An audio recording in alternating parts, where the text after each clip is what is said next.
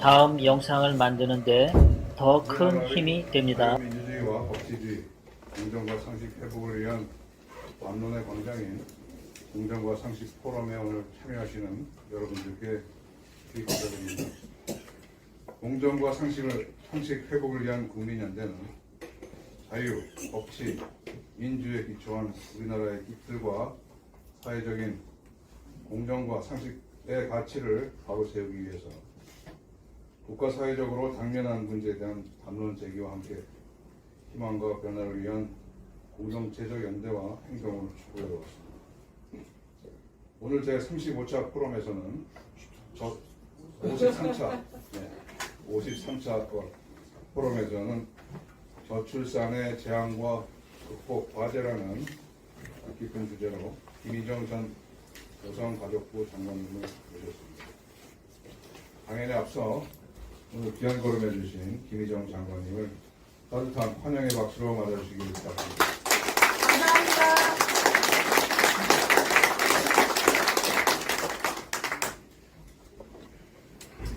김희정 장관님의 양력을 소개해드리겠습니다. 김희정 장관님은 많은 최연소 기록을 갖고 계십니다. 32세 역대 최연소 여성 지역 국회의원으로서 17대 당선이 되셨고요. 19대 부산 연제구에서 국회의원을 하셨습니다. 그다음에 37세에 최연소 공공기관장으로서 한국인터넷진흥원 원장을 하셨고요. 38세에 최연소 청와대 비서관으로서 청와대 대변인을 하셨고 43세에는 최연소 장관으로서 여성가족부 장관을 역임하셨습니다. 현행 헌법 개정 이후에 역대 최연소 장관이시고요. 현재는 독일 베를린 자유대학교 방문학자로 계십니다.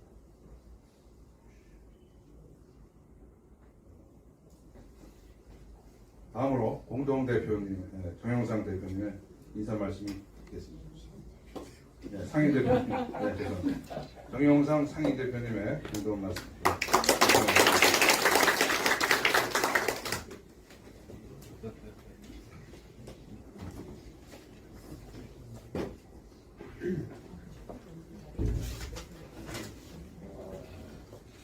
예, 따스한 바람에 향기로운 꽃내음이 느껴지는 봄날 오후입니다.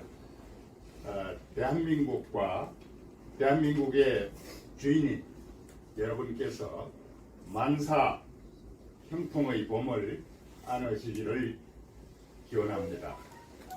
저희 포럼은 온 세상이 공정과 상식이 파괴된 상태에서 분열과 갈등이 팽배했던 2021년 5월 21일 창립된 이후 정의가 강물처럼 흐르는 반듯한 선진, 민주, 법치 대한민국을 세우기 위한 일념으로 오늘까지 달려왔습니다.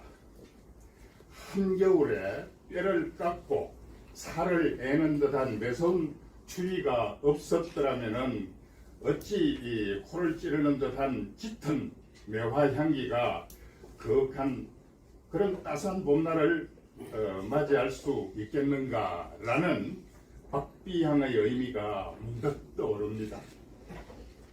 불공정과 몰상식의 이 아픔을 몰아내고 공정과 상식이 지배하는 세상을 향하는 그 길은 마치 박비향이라고 하는 고사성어를 연상케 하는 그야말로 고진 그리고 감내의 길이었습니다. 그 어려운 긴긴 고행의 대장정에 동행하신 여러분께 경의를 바칩니다.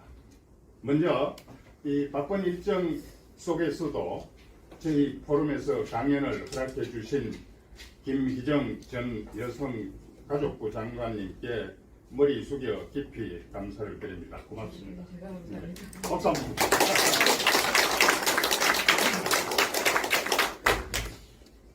오늘날 저출산으로 인한 인구 감소 문제는 국가 정책 과제 중 가장 중요하고도 시급한 해결해야 할 중차대한 그런 아젠다입니다.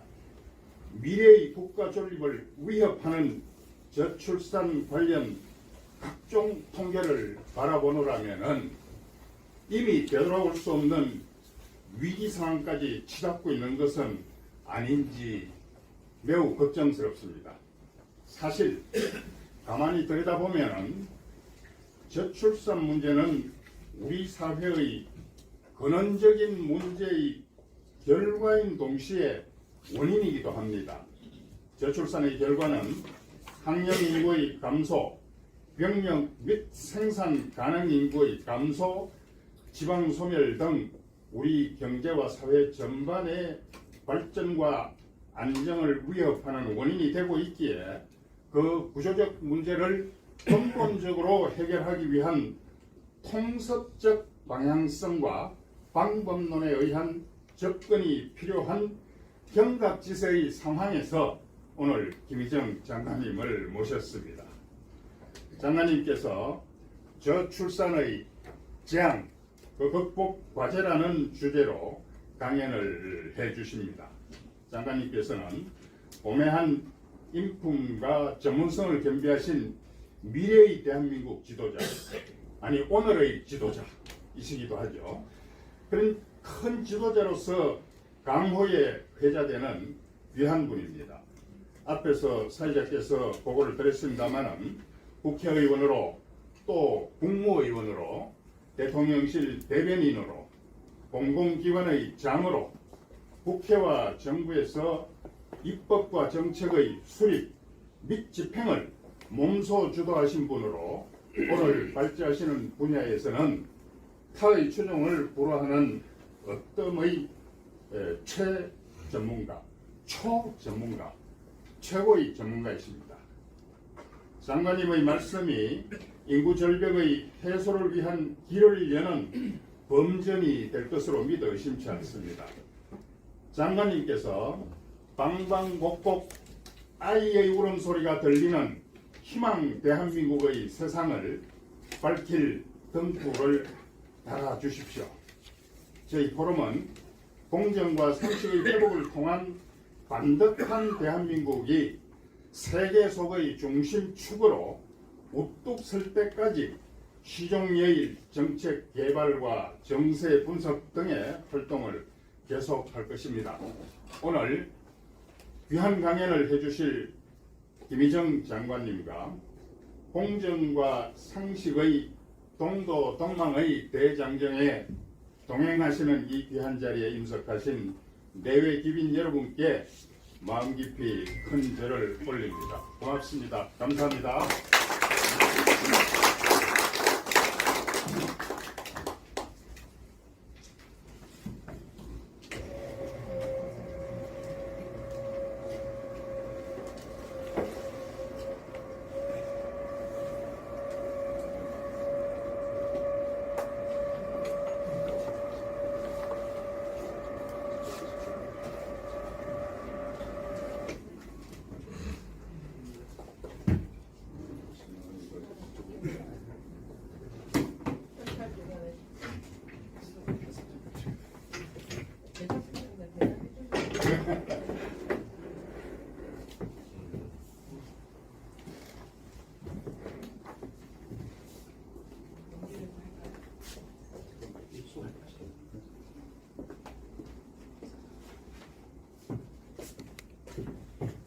네, 그럼 김희정 장관님을 모시겠습니다. 큰 박수로 맞아주시기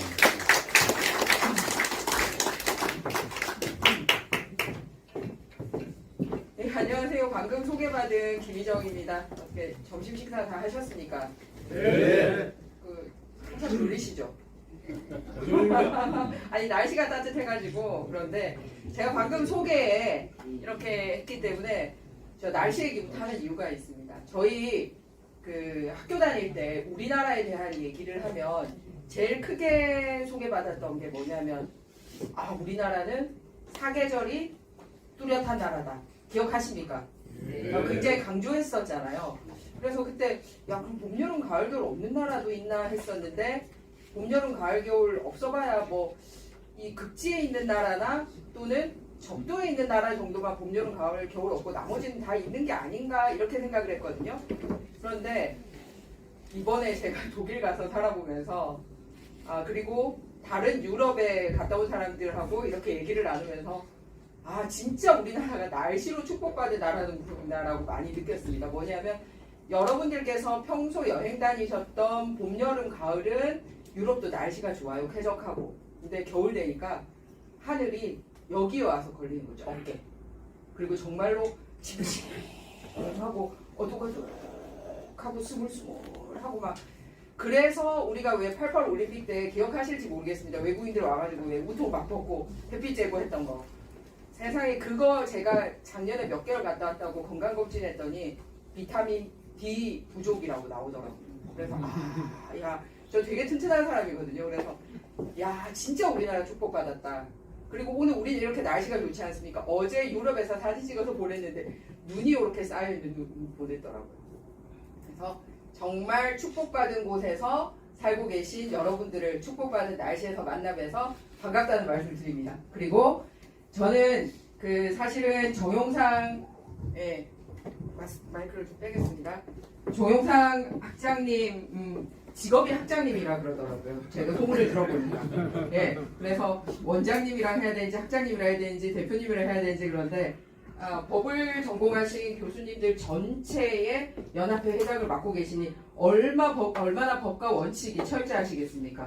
그런 조직에서 단어도 엄청난 단어를 걸었어요. 뭡니까? 첫 번째 단어 공정. 그 다음에 두 번째 단어 엄청난 단어입니다. 그런데 이 단어를 가지고 53차례나 공부를 진행했다는 거 보통이 아닙니다. 더군다나 제가 오기 전에 원래 알던 분들도 좀 계세요. 우리 김재호 회장이나 신강원 총재님 같은 분은 원래 알던 분이 있었는데 오늘 엘리베이터에서 KBS 보도본부장으로 은퇴하신 김인영 부장님도 뵙고 막 이랬거든요. 그래서 또 막 오니까 막 인사들을 하는데 제가 보니까 제가 강의를 할 이 저기가 아니고 앉아가지고 강의를 들어야 될 상황인데 주제가 저출산이다 보니 조금이라도 이쪽 분야에 있었던 당신이 해봐라라는 의미로 저에게 기회를 주신 것 같아서 너무나 영광된 마음으로 이 자리에 섰는데 주제에 나오는 내용은 굉장히 좀 슬프고 암울한 얘기라서 부탁드리고 싶은 말씀은 제가 전문가라서 무슨 해결하겠다 이런 게 아니고요. 여기 계신 분들이 제가 오늘 하는 내용을 조금이라도 공감하신다면 이게 확산돼서 정말 자리 잡을 수 있도록 했으면 좋겠다라는 말씀을 드리고 싶습니다. 자, 그러면은 여기 계신 분들 살면서 내 인생에서 살면서 나 혼자만 어떤 변화를 겪는 거는 이사든 뭐 승진이든 또는 퇴직이든 뭐 결혼이든 뭐 이런 게 있잖아요. 그거 말고 우리 인생을 통틀어서 살면서 봤을 때 우리 세대가 겪은 가장 큰 변화의 단어가 뭐가 있습니까? 우리 세대가 살면서 인류가 맞이했던 굉장히 큰 변화의 단어가 있었습니다. 뭐가 있습니까? 저출산이요. 인류가 우리 세대에서 경험한 거 바로 너무 정답으로 넘어가시는 것 같은데.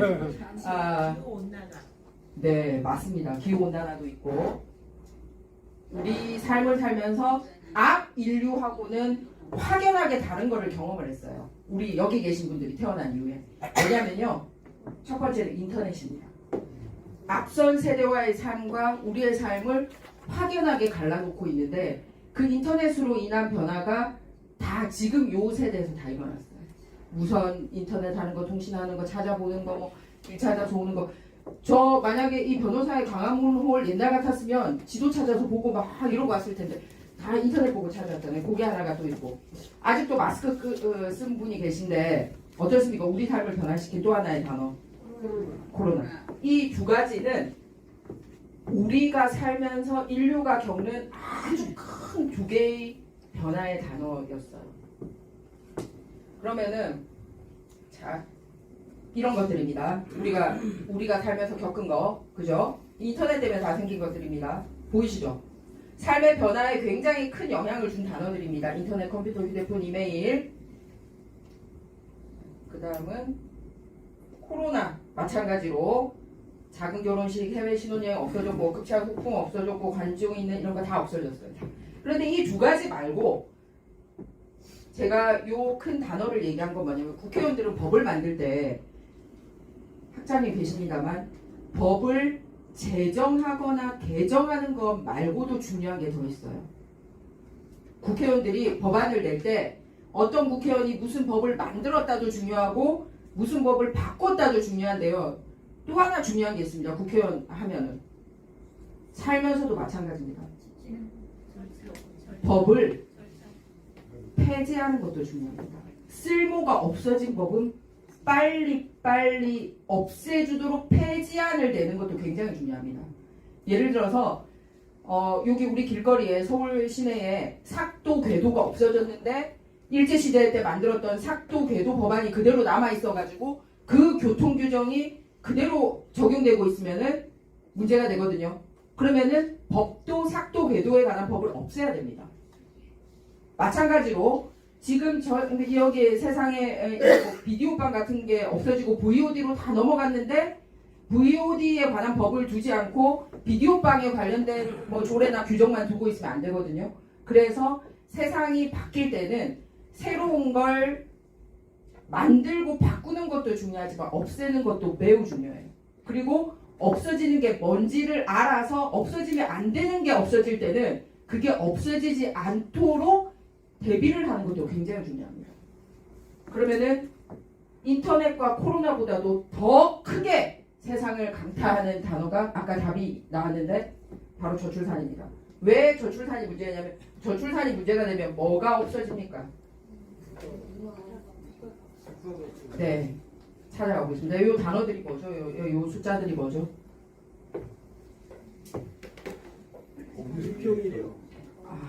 역시 우리 공정과 상식에 오신 분들은 구매하십니다. 왜냐하면 이거 딴 데 가서 물어보니까 빨간 날이요, 노는 날이요 이렇게 얘기하잖아요. 아, 국경일이네요. 딱 예, 맞습니다.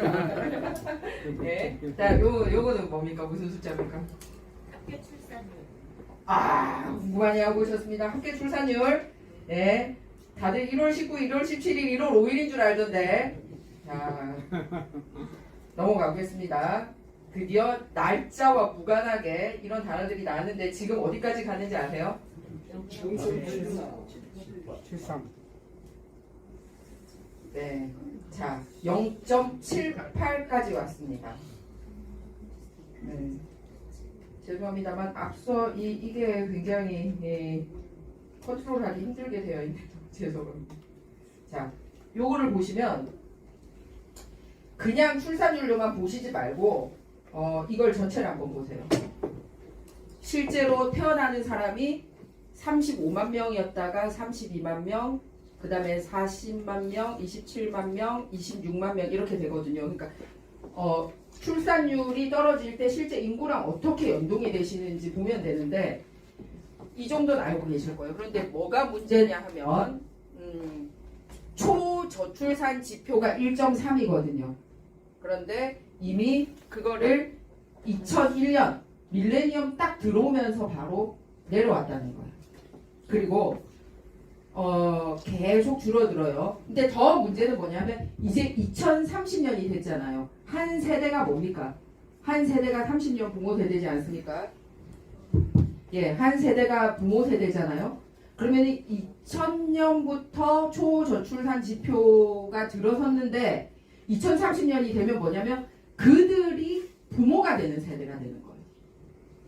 그러면 그들이 부모가 되니까 이미 줄어든 숫자에서 다시 한 세대를 넘어가기 때문에 이거는 반등의 기미가 보이지 않는 그런 어려움이 있습니다. 그래서 원래 한 세대 안에 끝냈어야 돼요.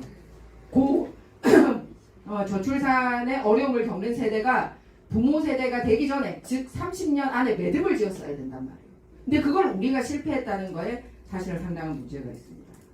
그러면은 이제 요거를 바로잡는 데는 한 세대 만에 안 끝난다는 얘기가 되거든요. 그래서 데드 크로스라는 말은 이제 출생자 수가 사망자 수보다 줄어들었다. 그러면은 출산율만 보면 안 됩니다. 자 보세요. 우리나라는 자살률이 어떻습니까? 예, 보시다시피 2015년에는 네, 10만 명당 24명 정도였다가 지금은 이제 늘어났어요. 하나 더 봐야 됩니다. 요즘 결혼식장 가서 20대 신랑 신부 본 적 있습니까? 없어요. 아, 저 때만 해도요. 30살 넘으니까 뭐 아니 뭐 크리스마스 케이크를 크리스마스 다음날 파는 적 본 적 있냐면서 저보고. 그러니까 크리스마스 케이크 며칠까지 팔아야 됩니까?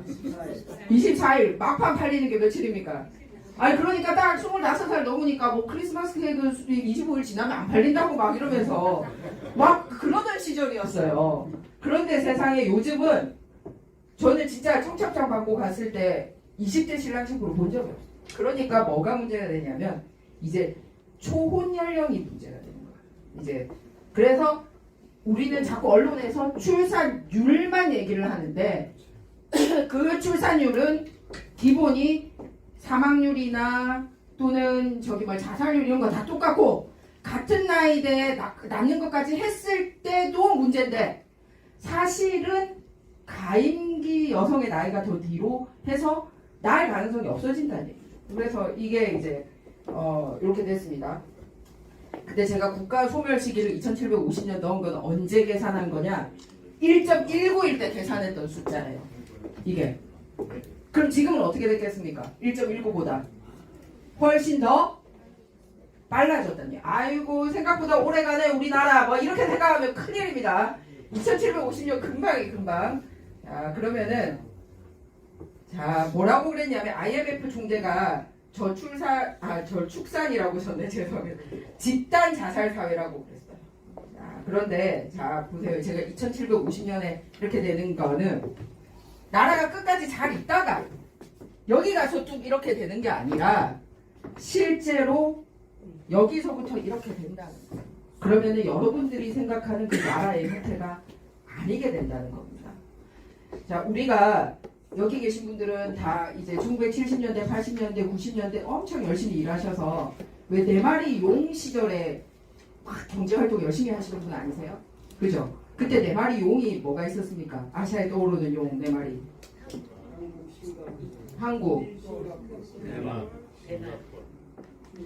한국, 싱가포르, 대만, 홍콩 요렇게가 이제 아시아에 떠오르는 네 마리 용이었거든요. 그럼 지금 어디가 제일 잘 나가고 있습니까? 아 너무하시다. 제가 보기엔 대한민국이 제일 잘 나가는데요. 왜냐하면 그 여러분들이 2050 클럽 뭐 이런 거 할 때 이게 무슨 단어냐면요. 1인당 국민소득만 계산하지 않아요. 반드시 인구도 같이 해서 그 나라의 국력이나 경제력을 계산합니다. 즉 제가 아까 인구 그 네 마리 용 얘기를 할 때 홍콩이나 싱가포르는 도시국가예요. 그리고 대만도 사실은 지금 엄연히 별도의 국가긴 하지만 이제 중국의 도시 팽창 놀이는 이제 중국의 한계의 성 정도였었잖아요. 근데 물론 대만이 지금 열심히 이제 잘 살고 있습니다. 근데 이게 뭐냐면 서울의 강남구나 서초구 하나를 잘 살게 하는 거하고 대한민국 전체를 잘 사는 거하고는 굉장히 다르잖아요. 그러니까 중국이 저렇게 어디 가보면 우리보다 지지리도 못 살고 막 더럽고 막 이런 것도 많습니다만 국가 전체의 분화 파워로 하면 우리보다 앞서는 게 딱 뭐 때문에 그렇습니까? 네, 그러잖아요. 그래서 사실은 평가할 때 1인당 국민소득뿐만 아니라 반드시 뒤에 인구수까지 붙이는 이유는 바로 그것 때문입니다. 그리고 제가 유럽에 있으면서 가본 나라 중에 나라를 들어서는 순간 청담동 같은 나라가 있었어요. 룩셈부르크를 갔는데 오 나라 전체가 청담동 분위기인 거예요. 깜짝 놀래서 오 하고 봤더니 1인당 국민소득이 아니나 다를까 1등이더라고요. 근데 그 정말 도시국가예요. 그러니까 유럽 안에서도 그냥 자기들끼리 잘 사는 나라지 예를 들어서 독일이나 이런 나라만큼 파워를 못 미치고 있습니다. 그래서 사실은 이 얘기를 하는 이유는 뭐냐면 대한민국이 그냥 2750년에 소멸되는 게 아니라 이미 현재 나라로서의 기능 상실은 2100년대에 끝난다는 얘기입니다. 여러분들이 살고 있는 이 나라와 같은 나라 형태를 생각하면 안 된다는 얘기입니다. 그래서 실제 소멸 시기는 2750년으로 돼 있다 하더라도 나라의 망조는 2100년부터 이미 든다. 그래서 사실은 2023년을 살고 있는 저희들에게 굉장히 중요한 수치다라는 말씀을 드리고 싶습니다. 예. 실제로 경제 성장률 이런 형태고요. 예. 그래서 실제 수치가 쭉쭉 내려갑니다. 자, 그러면 우리 대통령이 하고 있는 3대 개혁이 뭐죠? 제가 제목을 일부러 가렸습니다. 우리 대통령께서 하시려고 하는 3대 개혁. 예. 예. 맞습니다. 세 가지입니다. 대통령께서 하시고자 하는 세 가지 개혁 문제가 뭐가 제일 걸림돌이 되느냐? 바로 인구입니다. 이 3대 개혁의 공통 키워드는 인구밖에 없습니다. 첫 번째, 2025년에 노인 인구 20%를 돌파해서 초고령 사회에 진입을 하게 되면 연금에 대한 계산율이 완전히 달라집니다. 두 번째, 건강보험이 매년 30조 원 적자 이제 2030년부터 됩니다. 그 다음에 35년에는 노인 인구가 10년 만에 30%가 되고 국가 채무가 90%에 이르게 됩니다. 다음으로 39년에는 심각한 병역난이기 때문에 예비군들을 다시 입대시켜야 될지도 모릅니다. 물론 이건 그냥 가정입니다. 여자들도 다 가고, 여자들도 다 가도 모자라요. 그러니까 예비군 했던 사람도 다 가야 될 정도고 그런 상황입니다. 이제 42년에는 국민연금의 적자 전환이고 노인 인구가 35%를 돌파하고 경제 성장률은 0%로 전망을 합니다. 제가 지금 이거는 작년 0.81대 기준으로 계산한 겁니다. 0.78 기준으로 하면 이거보다 더 빨라질 수 있습니다. 그 다음에 45년에는 일본보다 더 높은 초고령 사회 진입을 하고 자 이제 학교 개혁도 나옵니다. 초중고교 2020년 대비 2020년 대비입니다. 지금 우리 살고 있는 45년에는 70%를 폐교해야 됩니다. 그리고 51년에는 노인 인구 40%가 됩니다. 51년에 지금도 많아 보이잖아요. 네, 물론 다들 적게 사시긴 합니다만 근데 10년째 마이너스 성장 55년에는 국민연금이 파산하게 됩니다. 그리고 65년에는 국민연금, 사학연금, 공무원연금, 군인연금 있잖아요. 그죠? 이거를 어떻게 해야 되냐면 재정적자를 메워야 되는데 우리가 내는 세금에서 4분의 1을 그냥 뚝 떼서 계속 연금에만 넣어야지 그게 유지가 되는 거예요. 그래서 우리 대통령께서 하시고자 하는 이 3대 개혁 얼마나 중요한지 알지 않습니까? 그 3대 개혁에서 여러 가지 설계 예를 들어서 뭐 정교조 없애는 거, 그 다음에 노조 건축 폭력 건폭 없애는 거 이런 게 굉장히 중요하긴 한데 사실은 이 인구 문제가 해결이 안 되면 그 제도 변경만으로는 운용하기가 힘들 정도로 왔다는 거. 그래서 이게 공정과 상식 부분입니다. 자 그러면은 이 재앙을 어떻게 극복할 거냐? 진짜 우리가 하도 재앙 막 이러고 하랬더니 진짜 재앙이 세 가지입니다. 제가 제시하고 첫 번째는 온 국민이 입으로만 저출산이 심각해, 저출산이 심각해, 저출산이 심각해 말로만 떠드는 게 아니라 진짜 정성을 쏟고 이게 나라가 망한다라는 국민적 동의가 아주 크게 함의가 있어야 되는 야의 문제고 그 다음에 잘 알지 않습니까? 제도가 잘 되려면 돈과 시간입니다. 즉 돈은 예산과 관련된 거고 시간은 그냥 한번 툭 해보고 마는 게 아니라 지속적으로 우리 대통령이 하시고 또 우리 대통령을 이어서 저는 이제 소속당이 국민의힘인데 정권 재창출이 잘 돼서 그 정책이 바뀌지 않고 계속 갈 수 있는 세 가지 나눠 정성과 시간과 돈입니다. 자 그러면은 실제로 그런지 한번 볼게요. 사회적 인식이 저출산 문제에 굉장히 공감하는 분위기인지 아닌지 제가 보겠습니다. 자 요거 보신 적 있습니까? 요 글자 요 불빛 때문에 안 보이시면 불빛 꺼도 되는데. 예, 죄송합니다. 요 앞에 불 끄는 게 혹시 더 잘 보이시지 않을까요? 뒤에 계신 분들? 잘 보입니다. 잘 보이세요? 예, 그러면 자 뭐라고 적혀 있습니까? 처음에 예, 노키주존 예 여기는요? 예, 와이파이 된다고 자랑해놓고 뭐 다 자랑했는데 노키주존이에요. 얘는요? 높이죠. 예, 예, 어린이 금지. 제가 얘기하는 거는 애 놓자고 그렇게 떠들면서 어떻게 어린이 앞에 노를 적어가지고 노키즈존 노키즈존 노키즈존을 해요. 이게 공정에 맞습니까? 상식에 맞습니까? 제도를 만들어 제도를. 예, 지금은 제도로 그냥 개인적인 영업이라고 해서 내버려 두고 있는데 안타까우게 이런 것까지 법이나 제도로 규정해야 될 정도가 되면 그건 더 이상 해결이 없다는 생각을 저는. 뭐냐면 그냥 이런 집은 지금 동네 사람들이 몰려가서 아 이러면 안 되지 이런 분위기가 돼야 되는데 그러지 않다는 거예요. 제가 왜 그러지 않다는 거를 보여드릴게요. 자, 노키즈 존에 대해서 찬성하는지 반대하는지 보세요. 허용할 수 있다가 73%입니다. 실제로. 그 다음에 모르겠다, 허용할 수 없다 정도 18%밖에 안 돼요. 그런데 그 다음 걸 한번 보세요. 우리가 흔히 생각하기에 노년층이나 중장년층에 대해서 혐오가 있을 거라고 생각하잖아요.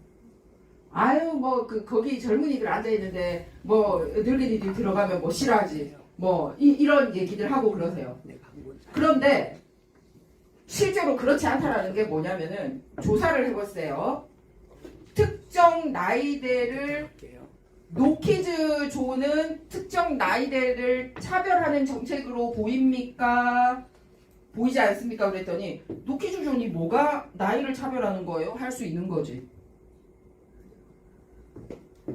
노키즈 존은 차별하는 그런데 중장년층에 대해서는 그런 식으로 하면 차별하는 거라고 생각하는 사람이 이렇게 높은 반면에 노키즈 존에서는 이게 차별하는 거라고 생각하는 사람은 44%밖에 안 되는 거예요. 그러니까 어른들에 대해서 이런 정책을 취하면 그거 연령대에 대한 차별이에요 라고 얘기를 하면서 어린이에 대해서 차별하는 거에 대해서는 그거 차별 아니야 라고 생각하는 게 더 많다는 거예요. 우리나라 사람들 인식에.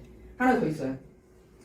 혐오하는 것도 노중년 존을 별도 만들어서 젊은이들이랑 안 섞이게 만드는 거는 이게 혐오하는 걸로 보입니까? 아닙니까? 그랬더니 혐오하는 걸로 보인다는 이렇게 높게 나왔어요. 근데 어린이 못 들어오게 하는 거는 어린이에 대한 혐오로 보입니까? 했더니 요 정도만 찬성을 하는 거예요. 그 다음에 이게 특정인에게 노해서는 안 된다. 어떤 사람에게 노하지 말라. 중장년층에게 노하지 말라라고 얘기했더니 찬성하는 사람이 이만큼인데 어린이에게 노하지 말라라고 했을 때 찬성하는 사람은 요렇게밖에 안 돼요. 그래서 실제로 많은 분들은 아유 나이가 들수록 차별받고 뭐 왕따당하고 그러는데 그 느낌을 알아달라는 거예요. 사시면서 나이 들어서 서러운 적에 느낌이 있으시다면 그거보다 훨씬 더 어린이들이 차별받고 애 엄마가 차별받고 있다는 거를 인식하시면 됩니다. 실제로 이렇게 보면. 그래서 뭐를 애들이 기억하게 되냐면 어린이들은 사회적 약자다. 그 다음에 나는 어리다는 이유로 거부당할 수 있구나 라는 거를 어릴 때부터 체화하게 돼요. 그래서 결코 우리나라의 인재 양성에도 도움이 안 됩니다. 그래서 이런 인식이 사실은 문제가 있다. 자, 심지어는 엄마들은 뭐라 부르는지 아세요? 맘충 들어보셨습니까? 네. 물론 일부 너무 자기 애만 챙기고 민폐 끼치고 뭐 그런 아주 일부 그런 애를 달래지 못하고 그런 엄마들이 사회적으로 뉴스가 된 적은 있었는데 그렇다고 그 특정 세대 전체를 벌레자를 붙여가지고 맘충이라는 단어를 공공연하게 쓸 수 있을 정도의 사회적 분위기가 된 상태에서는 저출산 문제 절대 저는 해결 안 된다. 버젓이 노키즈존이 있으면서 저출산 문제 해결 안 된다. 그래서 인식이 가장 중요하다는 말씀을 드린 겁니다. 이거는 쉽잖아요. 금방 해결할 수 있는 거지 않습니까? 자, 그 다음 단계는 약간 어려운 단계로 넘어가겠습니다. 국가가 하려는데 자, 그러면 돈 배분은 제대로 하고 있는지 돈에 대한 문제로 넘어가겠습니다. 이거는 조금 이제 마음보다는 실제가 가야 되는 거잖아요. 자, 16년간 280조를 쏟아 부었대요. 우리가. 엄청 많잖아요, 느낌에. 280조 이러면은. 그런데 유럽하고 비교를 했더니 딱 무슨 어린이 뭐 이런 걸 떠나서 가족 관련된 것들이 있을 거 아닙니까? 저출산이란 문제는 결국 한국 같은 경우는 가족 안에서 해결이 돼야 되는 부분이니까 프랑스보다는 한참 아래고 독일보다도 한참 아래인 거. 그리고 저출산 예산은 2006년에서 2021년 엄청나게 늘었습니다. 2조 단위에서 46조 단위까지 늘었어요. 그런데 실제 상황이 어떤지 한번 보겠습니다. 쭉 파란 그래프 한번 보십시오. 돈은 어떻습니까? 쭉 돈을 많이 쓰고 있어요. 네. 그런데 출산율은 뚝뚝뚝뚝뚝뚝뚝 떨어지고 있습니다. 그러면 많은 사람들은 생각할 거예요. 아이고 이건 돈으로 해결되는 건 아니구나. 아니 돈 해봐야 일 안 되는데 뭐하러 돈 드냐? 그러면 돈 쓰지 말고 딴 데 써야지. 이렇게 잘못된 결론을 내릴 수 있다. 근데 실제 돈이 제대로 쓰여야죠. 자, 보십시다. 그린 스마트 스쿨 조성. 이거 저출산 예산입니까? 아닙니까? 아닙니다. 근데 이거를 정부가 저출산 예산이라고 발표를 했어요. 잘못된 거. 그렇죠. 그러니까 자, 두 번째 거. 청년 내일 채움 공제 지원. 아니야. 이게 저출산 예산입니까? 아니야. 안 되겠죠. 뭐 이것도 저출산 예산이라고 냈어요, 정부가. 지금 우리 정부 얘기하는 거 아닙니다. 이 앞에서부터 우리 정권 뺏겼을 때부터 관행적으로 해오던 거 얘기하는 거예요. 그 다음에 이거 어떻습니까? 디지털 분야 미래형 실무 인재 양성. 이건 어떻습니까? 네? 이게 저출산이랑 관계 있습니까? 그 다음 마지막 거 첨단 무기 도입. 근데 첨단 무기 도입을 왜 저출산 예산이라고 써냈는지 봤더니 뭐 군대 갈 사람이 떨어져서 그 사람 대신에 우리는 무기를 샀기 때문에 이게 저출산 예산이다. 그래서 아까 예산이 늘어났다라는 게 얼마나 허구인지를 보여주는 거예요. 제가 이제 올해 예산만 말씀을 드린 겁니다. 이게 지금 현재 대한민국 예산에 이게 저출산 예산으로 카운팅이 돼 있는 겁니다. 그러면은 그동안 또 옛날 것도 한번 볼까요? 더 기가 막힙니다. 옛날 거. 자, 문화예술 교육 활성화 500억, 소프트웨어 전문 인력 양성, 지역 교통 안전 환경 개선, 국가시책 특별 교부금, 맞춤형 국가 장학금, 어린이 먹을거리 안전관리 강화. 그나마 가장 그래도 뭐 걸려면 걸 수 있는 건데 뭐 이 정도인데 하여간 이걸 전부 다 저출산 예산이라고 넣어놓고 우리 돈 썼다고 하는데 자 문화예술 교육 강화 활성화 예산이 발표돼서 나 임신해야 되겠다 저 됩니까? 첨단 무기 도입을 한다는데 아이고 애 낳아야 되겠네 이게 됩니까? 아니잖아요. 그래서 이게 실제로 저출산 예산에 이만큼 쏟아부었다라는 게 허구라는 거예요. 허구. 그나마도 직접 예산, 간접 예산인데 실제 반도 안 된다는 건데 이런 거 다 빼내고 했더니 이 그래프 느낌만 보시면 돼요. 그래서 구분을 해봤습니다. 아까 말한 거 128조 구분했더니 실제 저출산 예산은 13조밖에 안 되고요. 부동산 임대융자 24조, 고용취업 3조, 산업기술지원, 교육, 문화예술, 보건복지, 기타 이렇다라는 거예요. 그러니까 진짜 저출산 예산은 얼마다? 13조. 네, 이거밖에 안 되더라는 겁니다. 전문가들이 한 거예요. 그런데 13조 예산은 여기 경력 단절로 인한 사회적 비용 15조 원 실제 요 비용에도 못 미치는 겁니다. 그래서 돈이 안 되고 있다. 자 그럼 다른 나라 한번 보겠습니다. 주요 국가들은 저출산 비용뿐만 아니라 저출산의 문제를 극복할 수 있는 사회적 안전망을 구축하는 예산으로 좀 넓게 잡아봤어요. 거기서도 아까 제가 프랑스하고 독일 사례는 들었습니다만 이렇게 나오는데 국가에서 예산을 어느 정도로 소위 저출산을 둘러싼 사회복지나 이런 데 하고 있는지에 대한 느낌 비율만 보시면 됩니다. 대한민국 반등할 수 있겠습니까? 네.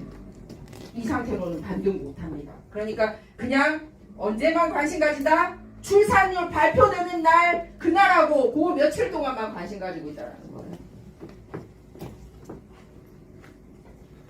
자, 독일의 경우는 제가 이제 독일에 있었으니까 그냥 사례를 좀 들어볼게요. 가니까.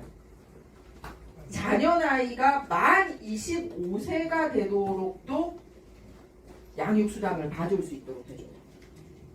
그 자녀가 여전히 취업을 안 하고 공부를 하고 있거나 하면 심지어는 교육비도 전액 무료입니다. 그 대신 차이는 있어요. 아무나 학교를 보내거나 아무나 대학을 보내진 않습니다. 우리나라는 왜 대학 입학생 수가 더 많잖아요. 그러니까 사실은 국가가 다 지원하기도 힘든 상태인데 공부를 할 트랙과 공부를 하지 않고 전문 기술자로 할 트랙을 구분하는 만큼 어느 쪽을 택하든 국가가 책임지고 전문가가 될 수 있도록 학생에게도 전액 지원을 할 뿐만 아니라 그 학생을 키우는 사람에게도 무려 만 25세까지도 할 수 있도록. 그런데 이게 외국인에게도 적용이 돼요. 그 나라에 임시적으로 발령받아서 가 있는 사람에게도 이걸 똑같이 적용하고 있어요. 왜냐? 자기 나라 안에 살고 있는 인구의 사람의 힘으로 카운팅을 하고 있는 거예요. 그 다음에 집을 살 때도 아이 한 명당 각각 10년에 걸친 지원비 받을 수 있어요. 우리는 왜 여기 뽑기 할 때 그것도 완전 선순위도 아니고 점수 겨우 몇 점 주니까 뭐 아파트 뽑을 때도 뭐 그치 하늘의 별 따기로 꼭 점수 겨우 높이는 정도인데 그게 아니라 이렇게까지. 그 다음에 부모수당은 뒤에 가서 제가 시간과 관련된 얘기할 때 더 자세히 말씀드리겠습니다. 자, 돈 문제예요. 자, 그럼 어느 정도로 차이 있는지 제가 독일하고 얘기를 하는 이유는 대한민국의 경제 구조가 독일이랑 많이 비슷하잖아요. 우리 왜 라인강의 기억하십니까? 예, 한강의 기억하십니까? 예, 아까 날씨는 우리가 훨씬 더 좋다고 말씀드렸는데 산업 구조로 말씀드리자면 기술력에 의존하고 수출에 의존한다라는 특징이 있잖아요. 대한민국이 따라가고 싶은 그런 산업 구조 모델인데 제가 왜 요거를 이렇게 적어놨냐면 독일도 사실은 줄어들긴 했어요. 투자했는데 근데도 이제 71년에서 21년까지 크게 인구수의 변동이 없으니까 산업 구조나 국가 구조에 있어서 큰 변동이 없이 유지가 되는 나라라는 겁니다. 그걸 얘기하는 거고 우리 대한민국이 막 한강의 기종 막 얘기하고 난리 할 때는 사람이 어땠나? 71년에 4.54명. 네. 그랬는데 지금 우리나라가 어떻게 됐다? 이제 0.81에서 0.78까지 왔으니까 경쟁이 되겠습니까? 안 되겠습니까? 그때 그 영화를 누리거나 다른 나라하고 경쟁하기에 이런 차이를 갖고 있기 때문에 이거를 극복할 다른 걸 하지 않는 이상은 국제사회에서도 이제 문제가 된다는 거예요. 그래서 단순하게 지금 다른 나라들은 대강 어떠니까 우리랑 뭐 요 정도 차이 극복할 수 있겠네 이렇게 보면 안 된다는 거예요. 제가 아까 뭘 얘기했습니까? 시간 얘기했죠. 시간이 지나도 유지될 수 있는 거하고 시간이 지나면서 이렇게까지 내려오는 거하고 그래서 돈과 시간을 얘기합니다. 자 그러면은 아까는 이제 세대 갈등을 일으킬 수 있는 거를 연금개혁을 얘기했잖아요. 왜냐하면 원래 지금은 우리나라가 이거를 설계할 때 어떻게 설계했냐면 4명이 넣으면 한 분이 받아갈 수 있는 구조예요. 구조를 그렇게 했습니다. 근데 지금은 한 명이 넣어도 한 분이 받아갈 수가 없어요. 그러면 이제 세대 갈등이 되고 왜 우리가 내야 돼요? 막 이렇게 할 수 있단 말이에요. 세대 갈등의 요인이 있지 않습니까? 그런데 우리나라는 또 뭐가 문제냐 하면 지난 정권이 정말 잘못한 것 중에 하나가 이 성별 간 갈등을 무지하게 키워놨어요. 그래서 우리 대통령께서 그 갈등을 종식하려고 그 내건 공약이 이제 여성가족부에 대한 개편을 얘기할 수밖에 없는 상황이 되도록 전 정권이 그렇게 그걸 만들어 줘버린 거예요. 갈등의 상황을. 왜냐면 그게 아니고서는 국민들의 어떤 이 갈등을 치유하기 힘들게 적대적인 관계로 한 거예요. 아니 그 남자분들은 그렇게 여자가 싫고 여자는 남자가 싫고 이런 구조가 아니지 않습니까? 함께 가는 구조인데. 그래서 이게 사실은 과거에는 여성 우대 정책이나 이런 걸 할 수밖에 없는 시절이 있었습니다. 왜냐하면 공장은 이제 뭐 여자 형제들이 가고 공부는 뭐 오빠나 남동생이 하고 하던 시절이 있었거든요. 근데 지금은 이제 그런 시대가 아닙니다. 그러면 거기에 맞춰서 바꿔야 되거든요. 그런데 여전히 남아있는 정책의 허점들은 있어요. 아직. 그러면 이제 정책 전환이 어떻게 이루어져야 되냐면 똑같은 국가 정책인데 이게 성별 때문에 다르게 적용되는 정책이 있는지를 찾아내서 바로잡아줘야지 양성의 갈등이 없어져서 함께 저출산이나 일가정 양립 문제도 얘기를 할 수 있는데 지금 완전 과거 정권에서 갈등 구조로 만들어 놓으니까 이게 안 되는 거예요. 그럼 이 성별 영향평가가 뭔지 제가 예를 하나 잠시 들겠습니다. 좀 쉬운 예로 고속 터미널에 놀러 갈 때 고속 휴게소에 화장실 가면 뭐가 눈에 띕니까? 남녀 화장실에서 줄 어디가 깁니까? 예, 그거 왜 그런 겁니까? 예. 뭐 일부 잘 모르는 분들은 여자가 더 많이 놀러 가니까 뭐 이런 식으로 대답하시는 분들이 있는데 절대로 아닙니다. 똑같은 숫자를 화장실에 보내도 여자가 더 길어요. 근데 왜 그러냐면 뭐 걸리는 시간이 이런 게 아니라 면적을 똑같이 하면 변기 개수는 여자 쪽이 작게 들어갈 수밖에 없어요. 그 다음에 딱 보니까 환자나 어린이를 동반했을 경우에 그 환자가 여성일 경우에 남자가 그 여성 환자나 여성 아기를 데리고 남자 화장실 들어가는 경우는 없어요. 그런데 거꾸로 남자 환자분이 있거나 남자 아기들은 여자들이 다 여자 화장실 데리고 들어갑니다. 그러니까 약간 더 이쪽은 가족 화장실 같은 개념이 있는 거예요. 그리고 실제로도 보면 뭐 물건 준비하거나 뭐 이런 거 할 때도 다 여자 화장실 쪽에서 이루어지는 경우가 많아요. 그런 거 빼고라도 이 볼일 보는 변기 개수의 개수가 차이가 있기 때문에 구조적으로 무조건 줄이 길어지는 거예요. 그래서 제가 말씀드리는 게 면적을 똑같이 주는 게 양성평등이 아니라는 겁니다. 똑같은 그 볼일을 보고 나올 때 같은 명의 수가 볼일을 보고 나올 수 있도록 변기 개수를 똑같이 조절하는 게 양성평등이거든요. 근데 대한민국에서는 개수로 막 조절하니까 이런 걸로도 다툼이 있게 만든다는 거예요. 하나 더 질문하겠습니다. 날씨가 참 건조했었어요, 그동안. 이제 화재 사고에 대비하기 위해서 어떤 남자랑 여자가 있는데 부부예요. 이 두 사람은 나이도 똑같고 혈액형도 똑같고 키도 똑같고 먹는 것도 똑같고 회사도 똑같고 월급도 똑같고 다 똑같은 부부가 있다고 합시다. 어떤 남자 여자 모든 조건이 다 똑같은데 성별만 다른 부부가 있어요. 근데 이 두 부부가 화재 보험을 들었습니다. 근데 너무 안타깝게도 화재 사고를 당한 거예요. 그래서 이제 화재 보험에 보상금이 오는데 자 질문 드립니다. 이 보상금 책정이 1. 둘이 똑같다고 생각하는지 2. 남자가 더 많이 받을 것 같은지 3. 여자가 더 많을 것 같은지 잠시 생각하시고 자 손 듭니다. 남녀 똑같이 받을 것 같다. 오 아무도 손 안 드네. 자 남자가 더 많이 받을 것 같다. 손 드세요. 자 쭉 하나 둘 셋 넷 다섯 제가 이 정도입니다. 자 여자가 더 많이 받을 것 같다. 아유 몇 분 손 안 드시네요. 네. 자 여자가 많이 받을 것 같다고 한 이유가 뭔지 여쭤봐도 되겠습니까? 받아야 한다고 생각해서. 아 받아야 한다. 아 실제 상황을 제가 여쭤본 거죠. 네. 네. 학장님 남자가 많을 거라고 했는데 이유가 정년 노동 연령 노동 가능성 여자가 일 더 많이 하던데 지금. 정답은 아까 희망사항이셨습니다만 여자가 더 많이 받아요. 받았었어요. 근데 제가 이제 여가부 장관하면서 그거 다 같이 받도록 바꿨거든요. 이유가 뭐냐면요. 화재를 당하면 이게 뼈도 맞추고 뭐 안타깝게 뭐 수술 다 받아야 되는데 화재보험 당한 사람은 밖으로 티나죠. 우리 보면 피부 같은 게 왜 그게 성형수술로 기록이 되어 있어요. 근데 그 성형수술은 미용 성형이 아니라 재건 성형이잖아요. 그럼에도 불구하고 성형수술이니까 이거는 여자만 주자 이렇게 돼 있는 거예요. 그러니까 그 여자만 하면 됩니까? 만약에 불의의 화재 사고 있으면 남자도 재건 성형 해야죠.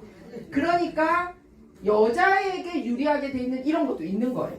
그래서 이거를 제가 여성가족부 장관하면서 성별 영향평가를 통해서 남자도 받도록 바꾼 거예요. 그러니까 이게 양성평등 그러면은 어느 한쪽이 어떻게 피해볼지는 여러분들이 전혀 생각하지 못한 곳에서 나온다는 거예요. 제가 아까 화장실 사례 얘기했고 요번에 화재보험 얘기했습니다. 자, 돈 얘기하니까 좀 그래도 눈이 번쩍하는 것 같아서 한 번 더 예를 들겠습니다. 보험.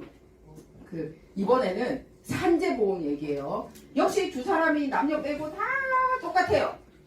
그런데 안타깝게도 일하는 현장에서 남자분이 불의의 사고가 있었을 때 이 돈이 여자한테 가는 거 하고, 여자분이 불의의 사고가 있었을 때 남자분한테 가는 거 하고, 자, 1번 똑같다 생각하시는 분, 2번 여자 쪽이 다쳤을 때 남자한테 더 많이 간다 생각하시는 분, 남자가 다쳤을 때 여자한테 더 많이 간다 생각하시는 분. 네, 어렵죠? 예. 여자가 다쳤을 때는요, 보상이 별로 없어요. 남자가 다쳤을 때 보상이 많아요. 되게 웃기죠? 근데 보세요. 남자가 다쳤을 때 보상이 많아요. 그러면, 남자한테 유리한 거잖아. 이렇게 생각할 수 있잖아요. 아니잖아요. 근데 남아 있는 사람은 누굽니까? 여자잖아요. 그러니까 이게 어느 성별에 유리한 거지? 이 해석이 안 되는 거 아닙니까? 근데 이유가 뭐냐면 남자들은 당연히 일을 하고 있을 거라고 생각하니까 여자 일하는 사람이 문제가 생겨도 그 배우자인 남자에게 즉각 지급이 안 되도록 되어 있는 거예요. 근데 남자가 문제가 있을 때는 이 여자가 억대 연봉인지 뭔지 상관도 안 하고 무조건 여자는 일 안 한다는 측면에서 즉각 지급하도록 되어 있어요. 다 손해입니다. 둘 다 손해예요. 그런데 일하는 사람 기준으로 하면 여성차별이네 그런 거고, 받는 사람 기준으로 하면 남성차별이네 이런 게 되는 이 제도라는 겁니다. 역시 이것도 바로 잡았어요. 이런 식으로 사실상 우리나라에서 양성이 같이 가고 화합할 수 있게 보정해야 되는 정책들이 많이 있는데 알게 모르게 이런 거에 부딪히면서 성별을 인식하게 되고 차별하고 가족 간의 다툼이 있게 되어 있는 과거의 제도들이 있더라는 겁니다. 그래서 지금부터는 이런 것도 바로잡는 게 크게 돈 안 들이고 이 갈등 관계를 없애는 거다라는 말씀을 드리면서 예를 든 거예요. 그래서 이런 거예요. 옛날에는 우리나라에 저출산 이러면은 모성보호라는 단어만 있었습니다. 모성보호. 그러니까 즉 아이를 키우기 위해서 여성이 가지는 그런 거를 모성이라고 해서 저출산 관련 단어를 얘기할 때는 모성보호라는 게 있었거든요. 그런데 모성보호만 있을 때는 오로지 여성만 저출산과 돌봄의 역할을 사회로부터 강요받다 보니까 그게 전혀 저출산 문제를 해결하는데 도움이? 애는 혼자 놓습니까? 아니 저 질문, 애 혼자 놓습니까? 왜? 그러면 당연히 놓는 것도 둘이 같이 나왔으면 기르는 것도 둘이 같이 길러요. 그래서 법에 처음으로 부성보호라는 말을 썼어요. 부성보호. 그러면서 법 이름을 양성평등기본법으로 바꿨습니다. 제가 여성가족부 장관할 때. 네. 네, 그래서 이게 왜 중요하냐면, 보십시오. 야, 그렇게 문제면 이제부터 여자들은 집에 들어가가지고 빨리 애 낳아야지. 뭐 밖에 설치고 다니냐. 아까 말한 인식이 바로 잡혀야 된다고 하는 다른 사례를 제가 얘기를 드릴게요. 자, 여기 보세요. 출산율하고 1인당 GDP, 이 국가가 얼마나 잘 사는지 하고 고용률의 관계가 OECD 나라들도 같이 늘어나고요. 대한민국도 같이 늘어납니다. 뭐냐면 여자의 출산율이 고용률이 떨어질수록 출산이 올라가거나 이런 게 아니고요. 여자들이 나와서 경제활동을 하면 나라도 같이 잘 살게 되고 인구도 느는 이런 합의 관계가 있더라는 거. 우리나라뿐만 아니라 OECD도. 그래서 해결해야 되는 것 중에 하나가 일가정 양립하면서 일할 수 있도록 해야 되고 그거는 여성뿐만 아니라 아빠, 유성부도 같이 가야 된다라는 거예요. 근데 그 얘기 많이 하더라고. 아이고 요즘은 여성 친화가 아니라 이미 여성 천하던데 아유 뭐 여자 무서워서 뭐 이런 얘기하는 사람들이 있어요. 젊은이들이. 그런데 시험을 보니까 여자애들이 공부를 잘해가지고 시험에는 합격을 하는 경우가 많아요. 이렇게 되는 겁니다. 리크루트는 처음 이제 고용할 때 리크루트 한국 이빠이예요 여자들. 뭐 거의 뭐 수석하고 뭐 다 해서 아이고 막 이런 분위기입니다. 근데 리텐션 유지가 되느냐? 유지가 안 돼요. 확 쭈그러듭니다. 리스타트가 되느냐? 제 시험이 힘들어요. 그러니까 여성 대표성 힘드니까 이런 저출산에 대한 예산을 짜거나 제도를 하거나 하는데 이거를 직접 경험하고 목소리를 낼 수 있는 사람들 수가 계속 줄어들고 있다. 그러니까 여기 계신 분들이 보는 여자들이 요즘 막 잘 나가 하는 거는 딱 입사 시험 볼 때 그 순간 한순간밖에 없는 거예요. 그래서 실제로는 계속 유지하고 또는 애를 낳고 나서도 다시 돌아올 기회를 주거나 또는 그 목소리를 낼 수 있는 대표성을 강화하지 않으면 이 순환의 고리는 깨진다. 안 그래도 사람 줄어드는데 더 사람이 줄어든다. 이렇다는 거예요. 그래프가. 그러면은 가사 육아 분담이 이런 거예요. 자, 이제 요 맞벌이 안 하니까 이제 아내가 이렇게 많이 하는 건 맞겠죠, 그죠? 근데 맞벌이를 해도 변함이 없어 우리 남편은. 근데 이게 개인의 잘못은 아니라는 얘기를 하는 겁니다. 사회가 과연 그거를 할 수 있는 구조로 만들어 주느냐? 그게 아니라는 거예요. 임금 격차로 시간 관계상 좀 빨리빨리 지나가겠습니다. 그래서 실제로 이것도 OECD 보겠습니다. 부모와 자녀가 함께하는 시간 했더니 OECD 평균은 하루 48분, 우리나라는 평균 6분. 애가 시집가고 장가갈 때까지 이 하루 6분씩 모아보니까 겨우 애랑 같이 있는 시간 단 2달. 그렇습니다. 그러니까 뭐 저출산 문제 참 잘 해결되겠어요. 그래서 제가 제안을 하는 부분은 뭐냐면 가족 친화 인증 제도라는 게 있습니다. 혹시 들어보신 적 있습니까? 네. 가족 친화 인증 제도라는 건 뭐냐면 아까도 얘기했듯이 모성보호만 강요하는 제도로서는 절대 가족 친화 인증 기업이 될 수 없어요. 오히려 쟤 저럴까봐 여자 안 뽑고 뭐 문제 생길까봐 승진 안 시키고 이러면서 악순환이 되는 거예요. 그런데 남자가 쓰겠다고 해도 뭐 저런 제 정신이 아직도 뭐 집에 와서 회사 와가지고 가족 얘기하는 뭐 저런 팔불출이나 이런 분위기가 되면 안 되는 거예요. 그래서 가족 친화 인증 제도라는 거는 왜 옛날에 우리나라에 KS 마크 있었던 거 기억하시죠? 그 다음에 품마크 있었던 거 기억하시죠? 그럼 왠지 이 물건은 좋은 것 같다라는 것처럼 가족 친화 인증 마크를 만들었어요. 근데 아직 많이 안 알려져서 그게 좀 안타깝습니다만 유연근무제를 이렇게 가족 친화적으로 할 수 있게 하는지 부양가족 지원 제도가 있는지 자녀 육아 지원이 있는지 근로자 지원이 있는지 가족과 관련된 복지 정책을 많이 하는 회사인지를 전문가들이 나와가지고 이렇게 테스트를 해요. 한 2박 3일.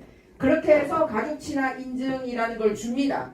그러면은 뭐 이거 하면 좋은 점이 있어야지 할 거 아니에요. 그래서 기업에 어떤 인센티브를 주고 있냐면 공항에서 왜 법무부 통관할 때 왜 간소하게 프리패스 하는 그 가족 친화 인증 기업이 되면 그거 해주고 그 다음에 사람들이 제일 좋아하는 게 이거예요. 세무조사 유예해주고 보증료 감면해주고 그 다음에 국가에서 하는 입찰 할 때 가점 주고 이런 식으로 하니까 이 인센티브가 늘어갈 때마다 가족 친화 인증 기업 제도가 2008년에 처음 시작될 때는 14개밖에 없었는데 작년 2022년 작년 12월 달로 5,415개가 이제 가족 친화 인증 기업에 뛰어든 거예요. 근데 우리나라 회사가 몇 개인데 이 5,000개 다니는 회사만 가족 친화 겨우 하고 다른 회사는 가족 친화 인증에 관심이 없다는 거잖아요. 그래서 이런 제도가 좀 더 확산될 수 있도록 해야 된다라는 겁니다. 그러면은 왜 이런 게 안 되면은 사회적 분위기가 안 변하냐면 이래요. 애기들이 있는데 일가정 양립하려면 여자들은 못 만들게 하는데 아빠들에게는 어떻게 된다? 이게 예, 술 마실 수 있는 건 수 하나 더 넣는 정도밖에 안 되는 거예요 이게. 그래서 요거 보겠습니다. 제가 이게 바로바로 넘어가 버리니까 이게 안 좋은데 여기 계신 분들은 아까 제가 일가정 양립 구성 보호가 굉장히 중요한데 안 되는 사회적 분위기가 있으니 저출산 문제, 이제 인식 문제를 얘기하는데요. 무슨 사례를 얘기하냐면 요겁니다. 여기 계신 분들은 언제 엄마를 찾습니까? 보통 급하고 위험하고 밥 먹고 싶을 때. 아니 신충재님처럼 아직 이렇게 머리 희끗희끗 하신 분도 아직 어머니를 생각하면 밥 보통 예, 또 예, 밥 줘. 그 다음에 위급하고 저기 할 때 아플 때 예. 네. 그러면 아빠는 언제 찾습니까? 돈 달랄 때요. 이게 옛날 것들이다 이거 보니까. 요즘은 돈이 엄마 통장으로 못 치잖아요. 네, 그래가지고 이제 돈은 오히려 여자들이 가지고 갑니다. 왜냐면 펑펑 못 쓰게 하려고. 네. 옛날에 월급 봉투가 있었기 때문에 그랬는데 요즘 그래서 돈 달라 할 때도 아빠 안 찾아요. 네. 그러다 보니 언제 아빠를 찾느냐? 힘들 때? 그러면 정말 일가정 양립이 잘 된 집입니다. 네, 힘들 때 아빠를 찾으면. 첫 번째는 엄마를 찾는 거는 I'm hungry, 배고파요. 내 셔츠 어디 있어요? 저녁밥 됐나요? 나 추워요. 내 거 찾아주세요. 할 때 다 엄마 찾고 아빠 찾을 때 아빠는 언제 찾느냐? 엄마 어디 있어요? 네, 엄마 어디 있어요? 할 때 이제 아빠를 찾는다고 해요. 근데 첫 번째 질문 끝나고 나서 조금 있다가 아빠한테 한 번 더 물어볼 때는 또 무슨 질문 하는지 아세요? 근데 엄마 언제 와요? 그래서 사실은 일가정 양립이라는 거는 아까 저는 여성이 직장에서 애를 놓고도 일을 할 수 있는 거를 찾아주는 동시에 아빠도 황혼 이혼 안 당하고 집에서 끝까지 갈 수 있도록 하는 양당이 다 보장이 되는 제도가 일가정 양립 제도랍니다. 저희 이제 제가 여성가족부 있을 때 일가정 양립에 굉장히 앞장서신 어떤 분이 계세요. 차관도 하시고 지역에서 구청장도 하시고 이런 분인데 본인이 경험을 얘기를 하더라고요. 평소에 자기는 일가정 양립을 굉장히 잘했다고 생각하고 어느 날 집에 일찍 들어갔다고 이랬다 앉아있는데 애가 오더래요. 애들이 집에 오면 제일 먼저 하는 게 이 방 저 방 방문 열고 다니다 냉장고 문 열어보고 이러거든요. 그래서 하는 말이 엄마 어디 갔어? 나 안 왔어요. 뭐냐면 아무도 없네. 그래서 이 소파에 있어야 될 시간이 아닌 시간에 앉아 있으니까 얘가 나를 못 봤나 보다 생각이 들어요. 그래서 누구야? 오늘 어땠니? 이렇게 했대요. 예. 근데 왜 아무도 없어요? 그러니까 뭐냐면 아빠가 있는 거는 가족의 구성원으로 있는 사람으로 카운팅하지 않는 분인 거. 그 집만 그렇습니까? 여기 계신 분들은 괜찮으신 거죠? 그래서 이게 우리가 이렇게 웃고 지금 하지만 사실은 이게 사회적 인식이나 이런 데 있어서 굉장히 아까 제가 유럽 사례 얘기했습니다. 우리는 매주 수요일날 가족 사랑의 날이라서 일찍 아까 제가 돈 들어가는 거 얘기했고 요거는 지금 돈 안 들어가는 부분 얘기하는 겁니다. 수요일날 이제 일찍 가면은 에버랜드 입장권도 싸고 수요일날 마트 세일도 많이 하고 뭐 이런 가족 사랑의 날이라는 걸 만들어놨어요. 예. 근데 어떻게 가족 사랑의 날 하루만 해가지고 되겠습니까? 이게 에브리데이 가족 사랑의 날이어지. 근데 하루라도 해야 될 정도로 그런 거예요. 그 수요일날은 특별 프로그램이 많습니다. 이게 여가부랑 이제 MOU 체결한 팀들이거든요. 근데 그리고 우리는 왜 일찍 퇴근하게 하려고 공무원들 컴퓨터 끄는 거 아시죠? 돌아다니면서. 불 끄고.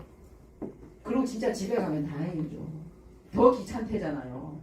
왜냐면 이미 퇴근한 걸로 처리가 됐기 때문에 에어컨도 꺼버리고 히터도 꺼버리고 그런데 남아서 일을 해야 돼. 그래서 더 힘들다는 거 아닙니까? 실제로 일 안 하게 해줘야 되는데. 그래서 외국 같은 경우 중에 제가 유럽에서 제일 좋은 사례를 하나 뽑아봤어요. 여기 보세요. 네덜란드에 있는 헬데르 그로만이라는 회사인데 여기 밑에 이렇게 일하다가 딱 퇴근 시간 되면은 요 다리가 딱 접히면서 공중으로 아예 올려버려요. 네, 아예 책상 자체를 위로 위로 올려버려요. 통째로. 그리고 밑에 펍을 열어버립니다. 펍. 그래가지고 뭐 저 맥주 한잔 하거나 집에 사갈 간단한 우리처럼 막 이렇게 찌즈 볶고 해먹는 데들이 아니라 거기는 빵이나 뭐 간단한 햄 고기 같은 거 사가는 데니까 거기 이래 간단하게 탁 싸갈 수 있도록 뭐 자기 돈 내고 그렇게 처리를 해버리니까 뭐 다시 내려서 일하고 이런 게 아니에요. 그러니까 예산도 잘하고 법도 잘할 뿐만 아니라 사회적 분위기도 아예 그리고 제가 있는 독일은요 일요일날 모든 가게가 다 문을 닫아버립니다. 그러니까 마트나 장은 토요일날 다 봐둬야 되는 거예요. 그리고 일요일은 뭐 할 수 없이 집에서 다 하고 서로 얼굴 보고 할 수밖에 없는 그런 상황을 만든다는 거예요. 물론 취지는 저출산 때문에 한 게 아니라 노동자들도 휴일에 쉬어야 된다는 취지로 했습니다만 어쨌든 가족이 함께 하는 데는 효과를 보게 그렇게 하고 있습니다. 그리고 밖에 나가려면 도시락 싸가야 되고요. 막 그런 분위기입니다. 그래서 이제 시간과 관련된 얘기 계속합니다. 우리나라도 요즘 노동 시간과 관련돼서 여러 가지 논쟁들이 있습니다. 그래서 우리가 코로나를 겪으면서 이게 참 코로나가 재앙이긴 했습니다만 좋은 교훈을 준 게 재택근무도 되고 줌으로도 미팅할 수 있고 회사 안 나가도 일이 되네 하는 교훈을 우리에게 알려준 거예요. 그래서 실제로 이렇게 다양하게 일을 할 수 있게 바꿔줬기 때문에 하는데요. 자, 그럼 요 단어 혹시 아시는지? 밀당이라는 단어 들어보셨습니까? 밀당. 밀당이 무슨 말입니까? 밀고 당기는 거죠. 밀당은 뭐를 밀고 당기는 겁니까? 근로자와 그 사용자와의 네. 사이에 밀당하라고요? 요즘 회사 일이 좀 바쁘시군요. 연인 사이에 밀당하거나 부부 사이에 밀당하거나 사용자 근로자 간에 밀당하거나 이런데 요즘 젊은 애들이 쓰는 밀당제는 어디서 제일 많이 쓰냐 하면 데이터 밀당제입니다. 네, 데이터를 이번 달에 내가 많이 쓸 거면 다음 달 거를 땡겨서 오거나 이번 달에 많이 남으면 다음 달로 밀거나 이런 거거든요. 그래서 이제 밀당제가 이제 그냥 없어지는 것보다는 밀당제를 해야지 이 포인트나 이런 거에 도움이 돼요. 그래서 우리 젊은이들이 원하는 게 바로 이 시간 밀당제입니다. 제가 이제 이름을 제가 지은 거예요. 시간 밀당제로. 뭐냐면 내가 다음 달에 해외여행을 가야겠어. 또는 가족여행을 가야겠어. 다음 달에 임신 준비를 해야 되겠어. 다음 달에 우리 애가 정말 중요한 시험이 있어. 또는 학교에 뭐가 발표회가 있어. 애를 가져볼래? 또는 내가 불임이기 때문에 불임 시술을 받고 싶어. 등등의 결정을 했을 때 확 많이 일해가지고 쌓아놓고 그러니까 휴직 처리가 되는 게 아니라는 장점이 있어요. 휴직은 진짜 책상 없어질까봐 걱정하는 경우가 굉장히 많지 않습니까? 업무 공백이 있고. 근데 완전히 휴직하지 않으면서 밀당. 그래서 뭐냐면요. 제가 쓰는 또 하나의 단어, 이 밀당제라는 말이 시간 주권을 우리 젊은이들에게 줘야지 저출산 문제가 해결이 됩니다. 시간을 자기가, 그러니까 마냥 놀자는 게 아니고 적당한 양의 일을 내가 하고 싶을 때 하고 쓰고 싶을 때 쓸 수 있도록 하는 그 시간 주권이 필요하다라는 겁니다. 현재 우리나라에 하고 있는 거는 요 정도로 있는데 약간 이게 최대 얼마를 넘어서는 안 되고 최소 얼마는 해야 되고 하는 폭이 좀 정해져 있어요. 물론 이거는 노동자들에게 부당한 노동을 시키지 않기 위해서 노동계가 정한 마지노선이기 때문에 이거를 비판할 생각은 없습니다.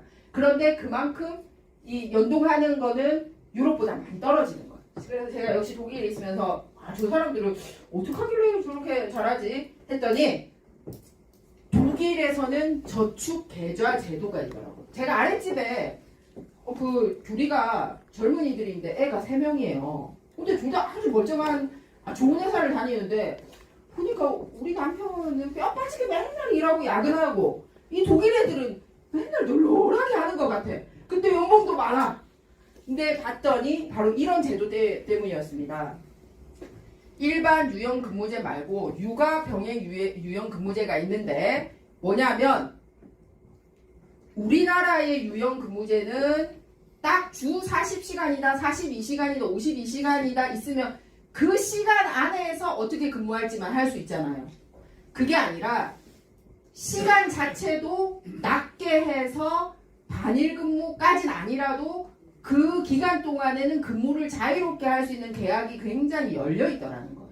그런데 이거를 그 회사에 맡겨주는 게 아니라 국가가 장려를 해요. 그래서 완전한 휴직이 아니면서 돈도 벌고 시간도 확보하는데 이 제도를 이용하는 사람에 한해서는 28개월간 부모에게 부모 수당까지 플러스로 지급을 하더라는 거예요. 부모 수당 플러스 제도입니다. 그러니까 유연근무제를 하면은 회사에서만 좋은 일이 있는 게 아니라 나라에서까지 지원을 받도록 이렇게 해주고 있어서 시간 주권이 있고 밀당제가 잘 되더라. 그런데 여기서의 핵심은 대체 인력 확보가 핵심입니다. 그래서 남자 육아휴직 눈치 보고 막 이런 게 아니라 이제 대체 인력을 잘 해가지고 해야지. 그래서 아까 저출산 예산 중에서 사실은 가장 앞으로 설계돼야 될 예산은 뭐냐면 아빠든 엄마든 출산을 계획하고 어린애들 보는 기간 동안에 근무할 사람을 한 명 더 뽑도록 그 사람의 인력을 할 수 있는데 돈을 쓰는 게 진짜 훨씬 더 도움이 되지. 뭐 아까 뭐 그린 스마트 이런 거 저출산 예산 아니라는 거예요. 그래서 저출산 예산의 용도가 바뀌어야 된다라는 겁니다. 그래서 모든 거를 다 법과 제도로 만들면 좋긴 해요. 예를 들어서 노키즈 좀 하지 마. 그러면 그게 법 만능주의입니다. 물론 이제 법대 학장님도 계시고 법대 교수님도 계십니다만 법 만능주의가 될 때 법의 권위는 더 없어지는 거예요. 법이 아닌 걸로 해결할 수 있는 것과 법으로 해결해야 되는 걸 구분을 해야 되는 거거든요. 그래서 저는 우리 사회가 자연스럽게 노키즈 존을 반대하고 이제 이렇게 해야 되는데 그래서 저는 그 방식을 여러분들이 요 사회적 지도자들이잖아요. 우리 사회가 앞으로는 공정과 상식을 살리는 방법은 반드시 법과 제도로만 가는 건 아니다. 공정과 상식의 기이나 인식의 변화에서 와야 되는데 저는 그거를 이 저출산을 유도하고 날 때는 넛지 방식을 말씀드리고 싶어요. 넛지 방식은 뭐냐면 야 너 애 낳아! 애 안 낳으면 이 손해야 이게 아니라 애를 낳을 수밖에 없는 사회적 분위기 한번 애 낳는 게 어때? 이게 돼야 된다는 거예요. 애 낳아 이게 아니라 아유 애 낳는 게 더 좋겠네 이렇게 툭툭 이게 넛지입니다. 그러면 그 넛지를 그 적용한 사례를 볼게요. 이건 이제 저출산에 적용한 건 아니라 모든 나라에서의 제도가 이 넛지 방식으로 이 국가 제도가 변하고 있더라고요. 그래서 그런 거를 제가 보여드릴게요. 아유, 안전한 사회 이런 거 갖고 온 건 아무것도 지금 못 써먹게 해서 시간상. 이런 거 볼게요. 우리 사회가 해야 되는 마지막 해야 할 일, 하지 말아야 할 일, 할 수 있는 일, 할 수 없는 일을 저출산 관련해서 명확하게 해야 되고요. 넛지 제도의 예시는 이런 겁니다. 정기 아껴라, 정기 아껴라, 정기 아껴라 말로 하는 게 아니라 여기 보세요. 에스컬레이터에 들어갈 전기에 들어갈 돈을 아껴가지고 여기 피아노 칠처럼 이렇게 해봤거든요. 그랬더니 어떻게 돼요 사람들이? 요거 가지 마세요 하면은 이렇게 탁 끌고 가는 사람이 있어요. 그리고 어디 버튼이 있는지도 알아요 사람들이. 그런데 피아노 건반처럼 소리를 나게 만들었더니 요 사람들 친구들 나도 저리로 갈 걸 하면서 쳐다보잖아요. 그래서 강압적인 방법이 아니라 유도하는 방식의 성공 사례입니다. 유도하는 사례. 그 다음에 요게 쓰레기 버리지 마라 했을 때 나는 네가 어제 한 일을 알고 있어. CCTV 여기 뭐 수사대 있음 뭐 이래도 까만 우산 쓰고 와서 버리고 가고 막 이러거든요. 근데 장미 딱 심었더니 그때부터는 못 버리잖아요. 그러니까 벌금 매기거나 창피 주거나 하는 것보다도 내 마음을 동하게 하는 게 훨씬 더 효과가 있었다는 사례입니다. 내 마음이 동하게 하는 거. 자, 손 닦고 나서 요거 한 장 10원 그렇게 하면은 10원이 비싸게 느껴집니까? 총재님 비싼 거 맞습니다. 죄송합니다. 총재님 세대 10원 비싼 거. 요즘 젊은이들은 이 정도는 할 정도로 우리 사회가 이제 부자 나라가 된 거잖아요. 근데 요 종이 한 장은 지구 대륙 하나야. 아이들에게. 야, 너 한 장 더 닦았어? 라고 애기한테 얘기하는 게 아니라 우리 한 장만 쓰자. 지구 대륙을 살려야지 하면서 한 장으로 닦는 법을 가르쳐주는 거. 이게 마음이 동하도록 하는 넛지라는 거예요. 그래서 요것도 이제 저는 자리가 비어 있을 때 어른들이 앉을 수 있다고 생각합니다. 그런데 이제 요즘은 의자에 분홍색만 칠해둔 걸로는 안 되더라고요.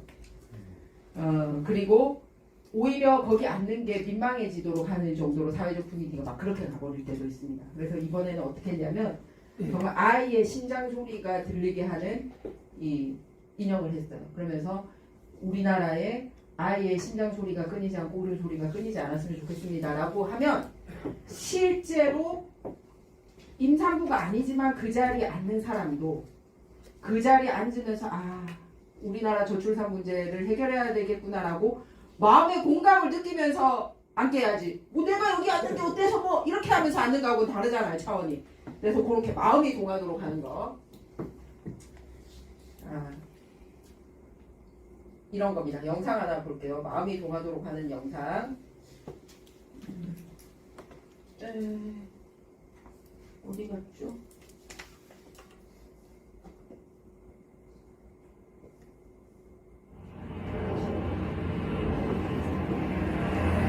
자, 신호등에서 기다리는 거는 저출산과 상관없이 그냥 제가 넛지 폴리시에 대해서 얘기하는 겁니다. 신호등을 기다리는 걸 좋아하는 사람은 아무도 없어요.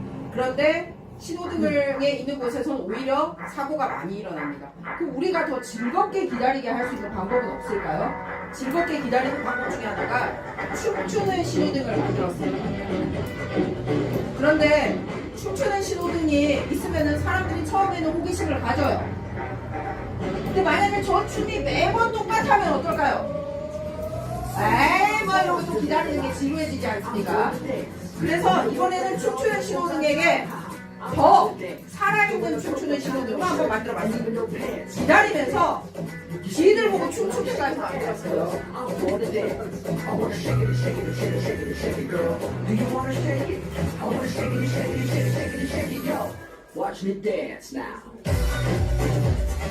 신호등에서 기다리는 게 지루한 게 아니라 새로운 즐거움이 돼서 아주 교통사고가 많이 나는 지역이었는데 관광개발지구로까지 바뀌는 거예요.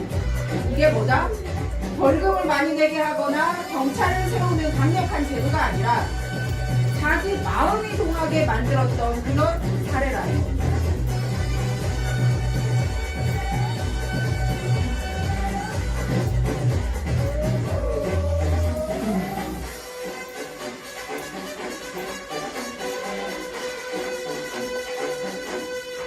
자, 그래서 아이들을 낳게 하는 건 아이 안 나오면 벌금을 주거나 이런 방식으로 해결하지 않고 그냥 안 된다. 아까 정성과 돈과 시간이 다 있어서 진심으로 그 가임기에 있는 여성과 그 가족이 진심으로 아이를 가지게 싶도록 만드는 그 방법. 그게 이제 강압적인 법과 제도가 아닌 이런 그 넛지의 방식으로 해야 된다라는 겁니다. 그래서 그 사실은 여러 가지를 한꺼번에 하다 보니까 시간 관계상 러프하게 했는데 어떻게 저출산 문제 함께 해결해 갈 수 있겠죠? 예. 저한테 귀한 시간 할애해 주셔서 감사합니다.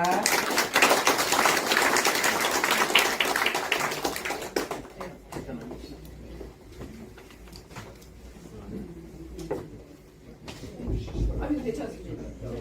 여기 계신 분들만 괜찮은데 저는 괜찮아요.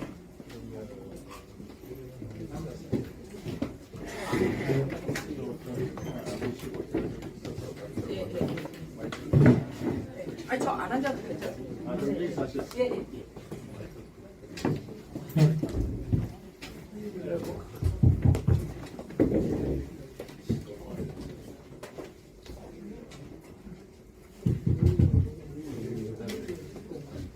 예, 뭐 평상 제가 서서 토론을 진행하도록 하겠습니다. 너무 열정적으로 강연을 해주셔서 시간이 이렇게 된 줄 몰랐네요. 저도 몰랐습니다. 그렇습니까? 예, 어찌됐건 늘 제가 말씀드립니다만은 저희들은 우리 포럼 그 제목에 적합하게 살아야 되죠. 그래서 5시 전에 우리 여기 변호사 회관하고 계약된 바가 있기 때문에 조건 없이 그때까지 끝내도록 하겠습니다. 아직 시작도 아닌데 저 뒤에 우리 고모님께서 질문하시겠다고 이 거수를 하셨는데 마이크 예, 그 진행하는 방식은 뭐 정가동입니다. 제가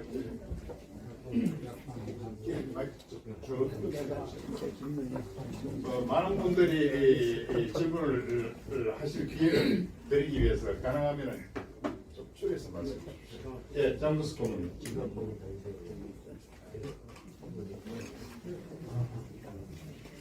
장관님 오랜만에 아주 훌륭한 강의를 들었습니다.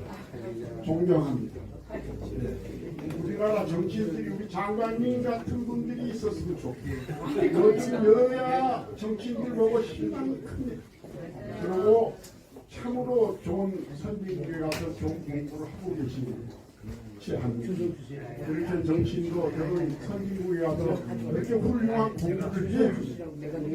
그래서 참 배울 것도 많고 앞으로 전망이 좋습니다. 앞으로 정치 좀 보세요. 사실은 박근혜 정권 때 장관도 조시더만 청와대 비서실장으로 계시면서 박근혜하고 같이 됐으면 우리 보수가 이렇게 망하지는 않았어요. 저렇게 현명하고 똑똑하고 분명한 분들이 박근혜 대통령을 좀 보자 했었으면 이런 오점은 안 남겼을 텐데 아쉬움이 있습니다.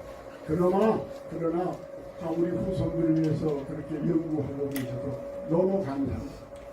생각이 나는 게 1930년대 방동환 선생의 생각이 납니다. 어린이 사랑하고 존중하라는 것이 그런 선언이 나왔었는데 마치 우리 장관님께서 그런 것들을 잘 짚어주셔서 감사합니다. 그래서 제가 드릴 것은 우리 이웃나라 일본이라는 나라가 1970년, 80년대에 저 세계적으로 경제적인 아주 1등 국가가 됐지 않습니까? 근데 1990년 초부터 지금 잃어버린 30년을 맞이했습니다. 인구 정책을 잘못 써가. 지금 저희들이 그때는 경제적으로 그 사람들이 경제적으로 성공해가지고 좀 자만심이 강했던 것 같습니다. 그런데 지금은 후회를 많이 하고 있죠. 우리가 그러지 않을까.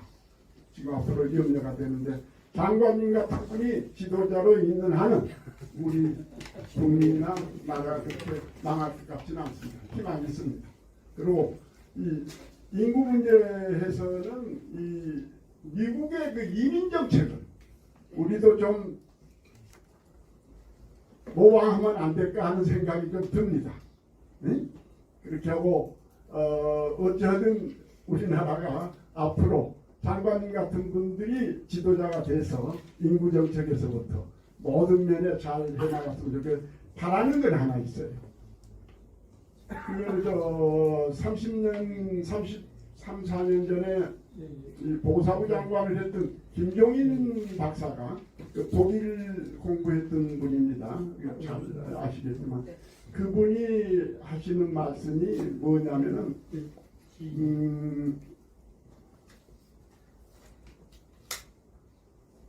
아이고 부상이 됐었는데 그분이 이제 우리 저 인구 정책에 대해서 말씀하는 가운데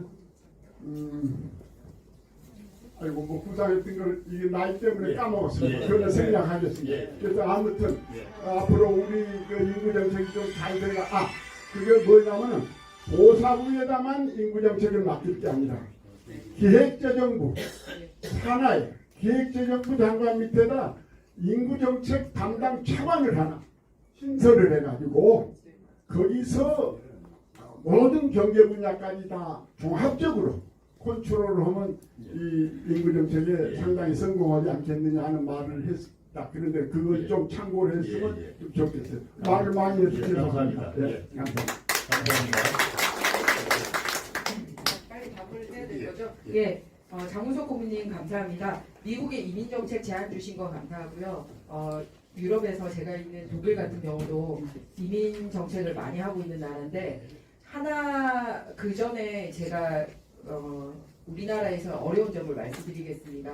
여성가족부에서 하는 가족 정책 중에 다문화 가족 정책이 여성가족부 산하의 정책입니다. 그런데 여성가족부가 원래 국민들에게 이렇게 약간 좀 거부감이 있는 부처이긴 합니다. 청소년들 게임 못하게 하고 그다음에 마치 여자만 위하는 걸로 알려져서 그런데 그때보다도 더 많은 욕이 달리는 게 다문화 정책 발표할 때입니다. 그리고 또 하나 아까 제가 인식을 말씀드렸듯이 옛날에는 제가 죄송합니다. 이 단어 써서 죄송합니다. 뭐 튀기라는 단어나 뭐 이런 말이 놀림의 단어였지 않습니까? 그래서 좋은 단어로 multicultural family. 그래서 그냥 다문화라는 단어를 우리는 좋은 단어로 쓰는데 요즘 학교에서 이 다문화. 걔 다문화 있잖아. 이 말 자체가 차별의 단어가 돼버려서 우리나라에서 이미 기존에 와 있는 다문화 정책에 대한 공감이나 다문화 가족을 받아들이는 게 한 단계 더 업그레이드 돼야지 이민 정책까지도 수월하게 갈 수 있지 않을까 그렇게 생각하고 관심 감사드립니다. 예, 고맙습니다. 예, 김대웅 네, 제가 장관님 말씀드리겠습니다. 장관님 지금 말씀하신 거 강의하신 거 제가 충분히 잘 들었는데 저는 대한민국의 간단하게 좀. 네, 간단하게 합니다. 네, 간단하게 합니다. 저는 우리나라의 결혼정보회사가 지금 협회 회장을 14년째 하고 있는데 현재 한 7년 전하고 지금하고 3분의 1로 다 줄어들었습니다. 근데 지금 작년에 또 재작년에 해서 더 줄어들어서 지금 4분의 1로 줄어들었어요. 우리나라에 2,000개인데 지금 현재 결혼상담소가 지금 500개로다가 줄어들었습니다. 지금 2,000개에서. 그래서 이런 식으로 하면은 이게 지금 큰일 나니까 저출산 예산 아까 말씀 잘하셨는데 저출산 예산의 10분의 1을 중매 한 사람 할머니든 할아버지든 복덕방이든 옆집 아주머니든 누가 중매하든 간에 잠깐만요. 하든가 간에 그 상금을 조금만 주면은 그 10분의 1만 주면은 이게 해결이 됩니다. 정말 해결됩니다. 그래서 잠깐요. 제가 만약에 이게 해결이 안 되면은 저 국가유공자고 국가유공자인데 유공자 지금도 반납하고 저 죽으면 국군묘지 가는데 국군묘지 가는 것도 포기하겠다 그랬습니다. 그러니까 그렇게 되면은 빠른 시간 내에 우리 저출산이 우리나라 저출산이 해결됩니다. 그리고 결혼정보회사를 조금만 예산을 조금만 문 닫지 않도록 조금만 지원해주면 모든 게 다 해결됩니다. 장관님 좀 나중에 한번 저하고 만났을 때 기회 주시면 감사하겠습니다. 잠깐만요. 갑자기 제가 좀 진행이 좀 어려워지네요. 제가 원래 진행 좀 잘 받는 거. 지금 여기 청년 세대도 많이 와 있고 이러니까 서로 조금씩 이렇게 기회를 이렇게 놓치는 그런 어떤 마음을 가져주시기 바랍니다. 지금 먼저 우리 김대웅 좀 간단하겠습니다. 올 김영희 장관님의 저출산에 대한 강의를 잘 들었습니다. 제가 하고 싶은 말은 우리 김영희 장관님은 최연소로 국회의원 2번 하시고 또 최연소로 장관 하시는데 특별한 비결이 있으신지요? 그리고 내년 총선에 국회에 진출하셔가지고 우리 여성 정치인으로서 큰 일을 좀 해주시길 바라겠습니다. 김대웅 회장님 격려 말씀으로 듣겠습니다. 아까 말씀하신 내용은 특별히 자료를 받았기 때문에 예. 잘 보도록 하겠습니다. 예, 자료 알겠습니다. 자료를 주셔서 잘. 마이크.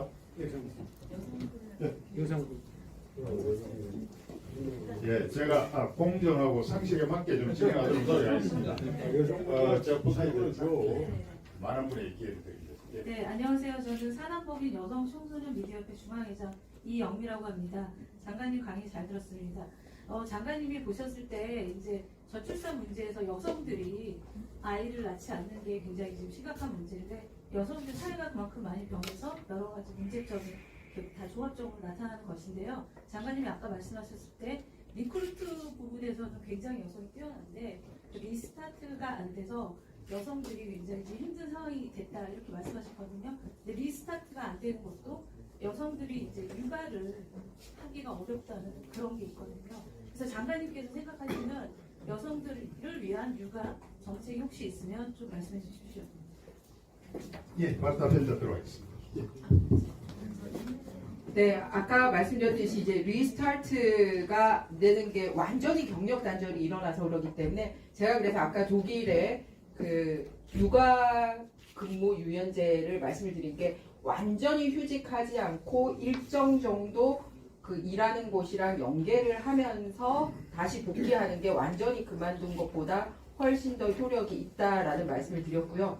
두 번째는 여성과 남성이 육아휴직 쓰는 비율을 동일하게 만드는 게 가장 중요합니다. 그래야지 그냥 그 여성도 당연히 쓰고 남성도 그러니까 엄마도 당연히 쓰고 아빠도 당연히 쓰는 게 할 때 기간도 2배가 될 수 있고 사회적인 차등이 없어지기 때문에 지금은 여성 우대 정책이 필요한 게 아니라 남자 육아휴직 쓰기 캠페인을 벌여야 할 시점이라고 생각합니다. 예. 간단하게 예, 하겠습니다. 간단하게. 예. 저는 다자녀 엄마라 좀 발언권이 있다고 생각합니다. 제가 2007년도에 45살에 고 최고령 엄마로 아이를 낳았을 때 국가에서 받은 혜택이 영양제 6만 원. 영양제 그게 전부였습니다.